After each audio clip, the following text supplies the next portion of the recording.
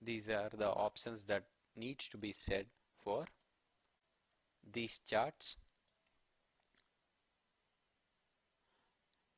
As you can see, these options are more valuable so that you can quickly by a glance, without knowing what these values are, you can know whether it's bad or good.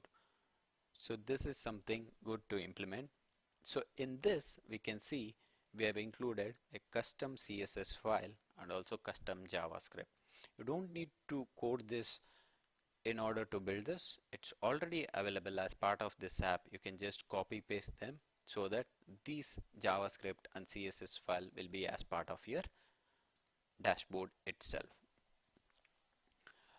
You can play a lot around visualization in Splunk since it allows your JavaScript and CSS and it gives you information as part of your search results. You can visualize it however you would wish to. We'll see some more visualization. These are coloring based on geographical. These are based on range bound. Most of them you will be able to understand depending on the use case or the scenario which you are looking at. There are some drill down field values which we have seen earlier.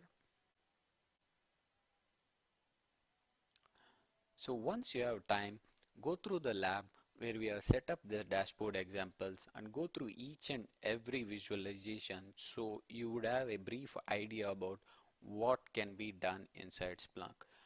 As you know, in Splunk by now you should be aware that nothing is impossible. It's a matter of customization. If you are good with JavaScript and CSS, you can build any visualization you want. If you are good with importing external data inside Splunk, you can integrate anything with Splunk. So it's always a yes for a requirement perspective in Splunk, but it's the awareness of admin and architect to know what extent their Splunk can handle this.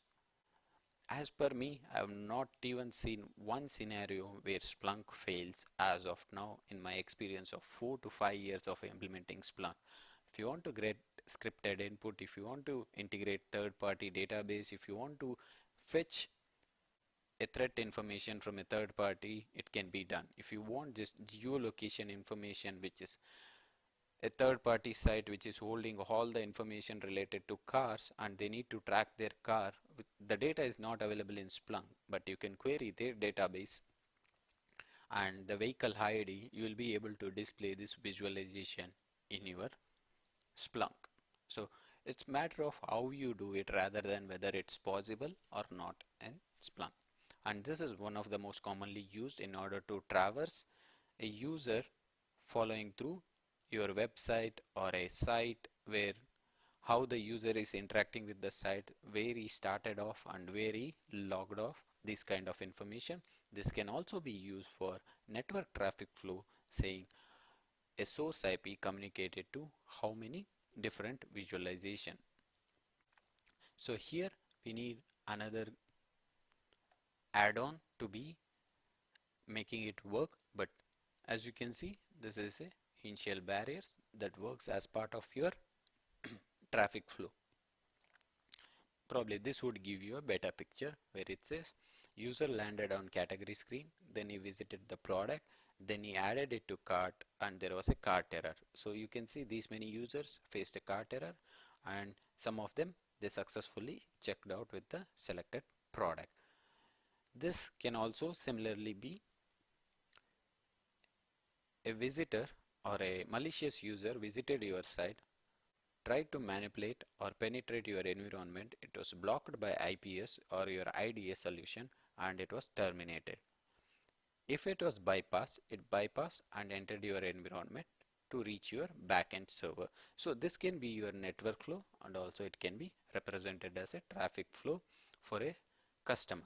It completely depends on the scenario which you are dealing with and how you can use this visualization in order to put forward your ideas.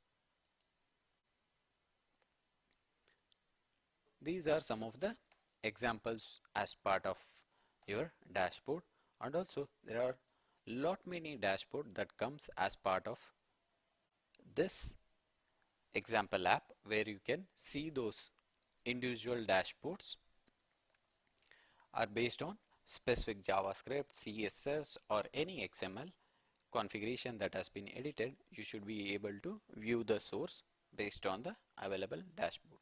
As you can see, there are a total of 97 dashboards, and these are all, most of them are only by this app. If I click on this app, it sorts out all the apps, that is like 97 dashboards which are present as part of your dashboard example. You can go through them one by one when you have access to the lab.